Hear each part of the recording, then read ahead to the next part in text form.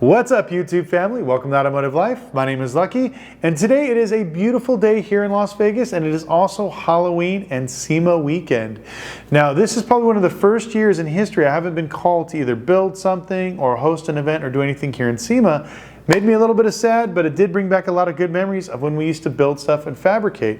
Now, I want to do something like that again, and I kind of been thinking about it, so I wanted to come to the channel with something a little bit different today, because I know we usually talk automotive business with, your car rental, dealership, auto mechanic, body shop. But today, like I said, I want to do something that's kind of a passion project of mine. So if you could do me a huge favor before we get into the video, if you could gently squeeze the like button for the YouTube algorithm, it helps me find more amazing people like yourselves that enjoy automotive content. Also, please consider subscribing. We post 3 times a week, so make sure you click the notification bell. And also follow us on Instagram, automotive.life, and let's get into the video. So unfortunately, I wasn't invited to do any events for SEMA, whether I was going to build a car or I was going to host an event. So I'm a little sad on that, but that's okay because there's always next year. And I think hopefully my channel will grow up a little bit more and they'll be able to give me a shout out on there.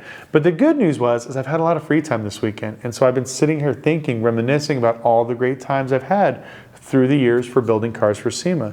Now, I'm born and raised here in Las Vegas, and the first car that we were offered to build was back in 2000, and it was a 2001 Honda Civic. The APC gave us a bunch of like aftermarket equipment, wings, spoilers, stuff like that. We just kind of threw on there, put it in there.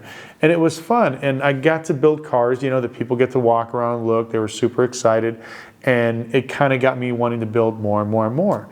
So we've built some really crazy cars through the years. I'm going to try to put some pictures up as we go along through this conversation. A lot of them I lost because I had a hard drive that was one of those old school ones you like plug into the wall by itself. That thing ended up frying. The disc is unsalvageable. I still got it. So if anybody knows how to recover stuff from a really fragmented hard drive, I still got it. If you can pull some of the pictures off and videos, that stuff is gold.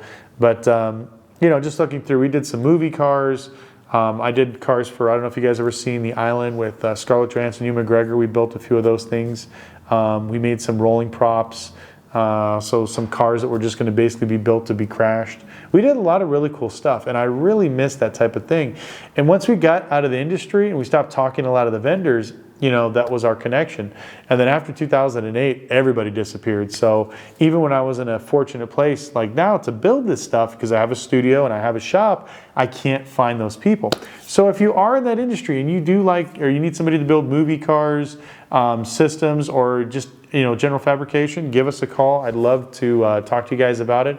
Or like I said, if you guys are in the Las Vegas area or close by and you guys want to start doing some more fabrication stuff, we're probably going to do some fun collaborating with some other fabricators here in town, because it's just something that I miss, that I'm truly passionate about, and it's been a while. It's kind of funny, like I said, I've been welding off camera so this way I can get my skills right for you guys, because like I said, I was trying to talk shit and doing TIG at the same time, and I wound up burning holes through sheet metal, which was bad juju. So I don't want to do that on camera. I want to make sure I do everything right, because I'll put it this way. I went this weekend to go buy some movie cars from another vendor, which is going to go into my Monday reveal. But I looked at a few of the cars, and man, there's some, we used to build the movie cars. They look good from far, but they're definitely far from good. So, it's that movie fake out where we'll build a really cool chassis and a shell underneath it, and then we'll literally use a rope and pull it on the set, and then the editing will just CGI the rope out of there, so this way you guys don't see it. But that's the way a lot of the movie magic is they will rather pay a computer editor to make it look a little bit nicer than somebody like myself that will actually fabricate it and make it really, really perfect, but it costs too much money. It's easier just to have that guy clean it up in post, especially when like a lot of the cars that we built, like I built cars, oh God, what was the name of this movie? It was a European movie, but they basically wanted a bunch of Lamborghini replicas. So we bought a bunch of shells, we made a bunch of them, we fixed them all up, and this truck crashed in this Lamborghini dealership. I think we built maybe 10 of them that were just rolling chassis, and the semi went through it. Well, anyways, big long story short, it was a big thing. I thought it was really cool, and I guess the director didn't like the way it came out, so they just cut it. But that whole thing was like a $200,000 price tag, and they just cut it right out of the film. So a lot of times, even if your car is in there, you only get to see it for like a split second before somebody hits it and just makes it explode. So a lot of times when you see us wrecking Ferraris, Lamborghinis on the camera, it's not real. It's usually 9 times out of 10, it's a replica or a fake or something else that we built. But now that CGI, I think, is so advanced, we probably won't get as many calls as what we used to, but it'd still be nice to, like I said, to build some props like that. But like I said, now that I'm actually in a space where I can build what I want to build and fabricate things, I'm going to go find a project. My goal is to start a project before December. I want to start something on December 1st and finish it by December 31st. Because December is usually traditionally our slowest time in the car business. Nobody's buying cars, nobody's renting cars. My mechanic shop's slow because people are spending money for Christmas, traveling, visiting family. My body shop, it was a little busy because people were crashing in the snow, ice, and everybody drinking so much for the holidays. Definitely brought up a lot of insurance claims. But usually, traditionally, it's our slow time. So I want to find a really cool project. And so this video today is for you guys to help me, because now I need your help. I want to find a cool project.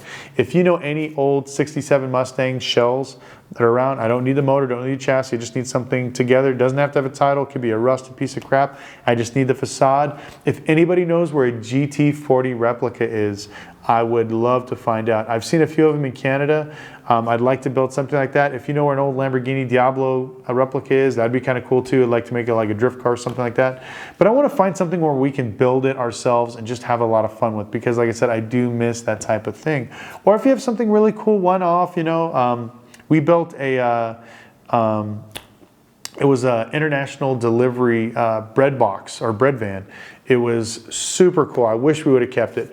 We shaved all the handles off, we lowered it, we put on a bag system, we put an LS in there, and all the drivetrain was basically from a wrecked 2001 Tahoe. And all we did is we fixed it up just to send it to Barrett-Jackson, because back then they used to pay people to bring cars like that just to make them look pretty, just to sell them online. And so that's what we did. We'd build these cars, make them look pretty enough where they'd run and drive and go through the lot, and we just kick them down the road. But that was the only one I've ever seen like that. So I'd like to find something rare and unique. So if you guys have anything, once again, please put it in the comment section below. I would definitely love to see that. Or if you want to message me at Instagram, automotive.life, you could send me some pictures, stuff like that. And you know, I'm, like I said, open to pretty much anything.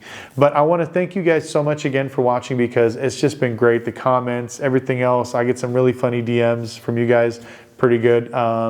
Also, like I said, I love to do this type of thing. So if you're in Las Vegas, there's a few people here in Vegas that I'm going to meet this weekend. I'm going to try to meet, because I know SEMA and Halloween's going to be nuts. Everybody here in Vegas is going to be getting faded and X-rated, so it's going to be insane here. But I will try to meet all you guys that are down here for SEMA. So if you are here for SEMA, just hit me up on my Instagram, and we'll go from there. But anyways, thank you guys so much for watching. Make sure you stay tuned for the car reveal. You guys are going to love it.